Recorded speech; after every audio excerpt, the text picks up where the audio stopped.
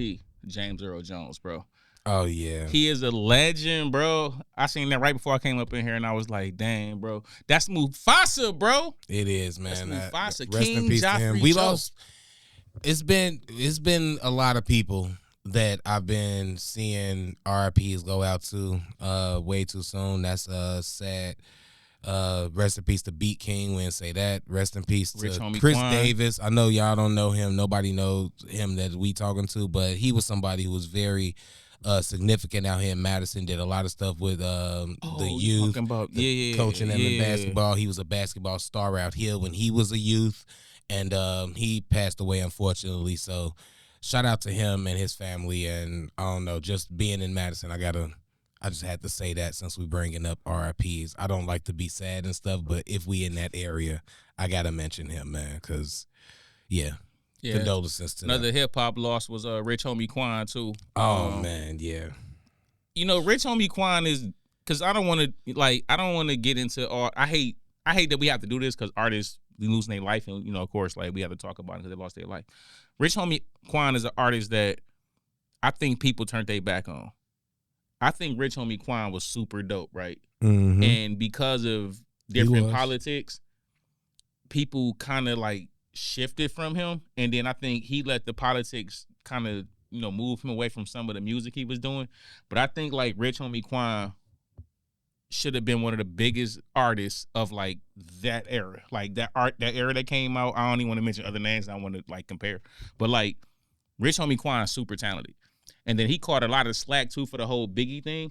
But I always want to say, like, when it comes to like people that's in hip hop, I forgot all about that. See, I remember all this because I like Rich Homie Quan. Like I think Rich Homie Quan. Yeah, was I always liked him. So when that happened, Quan. I never, I don't expect him to know '90s Biggie anyway. That was my thing. Like, bro, you can't expect. And I ain't saying he shouldn't have did the work and studied and made sure he was on point. He should have did that. He said he should have did that.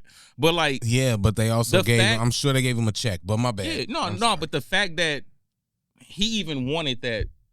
I just think like for a South artist in general, I feel like sometimes in the South, some of the artists get stuck on like, yo, we down South, we do our culture, which is fine. Like, I totally get it.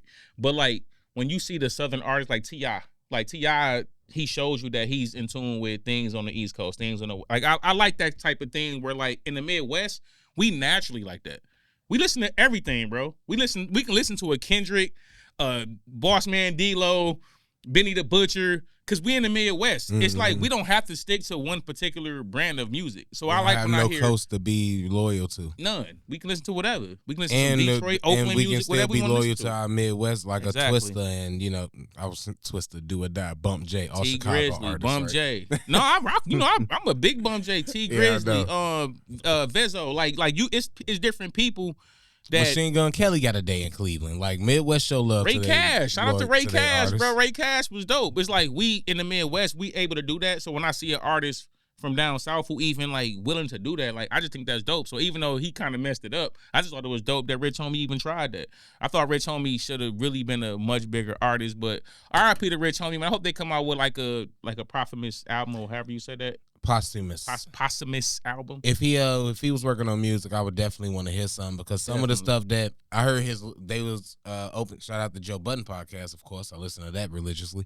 They was opening up with kind of a tribute to his music, and he was playing some songs that I didn't even know he did that sounded like the latest stuff. Because after the interview he did, when he said that he wanted to change his music, his kids is listening. He don't want to put that image out. He want to switch it up, and some of that music his later music was really reflecting that what he was saying, and I didn't hear it until I was listening to the intro on the podcast. So, yeah, he was definitely going in that direction. So, shout out to him, man. Hopefully they will make a posthumous album or at least put highlight on the latest music he was putting out. Yeah. And that can go, and hopefully he owned everything so he can go straight to his family and his kids and all of that. So, yeah, it's like when certain artists get taken, it's like it's a lot of art that we not going to get. You know what I'm saying? Like it's a lot of art that's gonna be missing now because Rich Homie couldn't create it. It's certain artists. It's certain artists that when they leave, it's a hit. Like to me, Fred.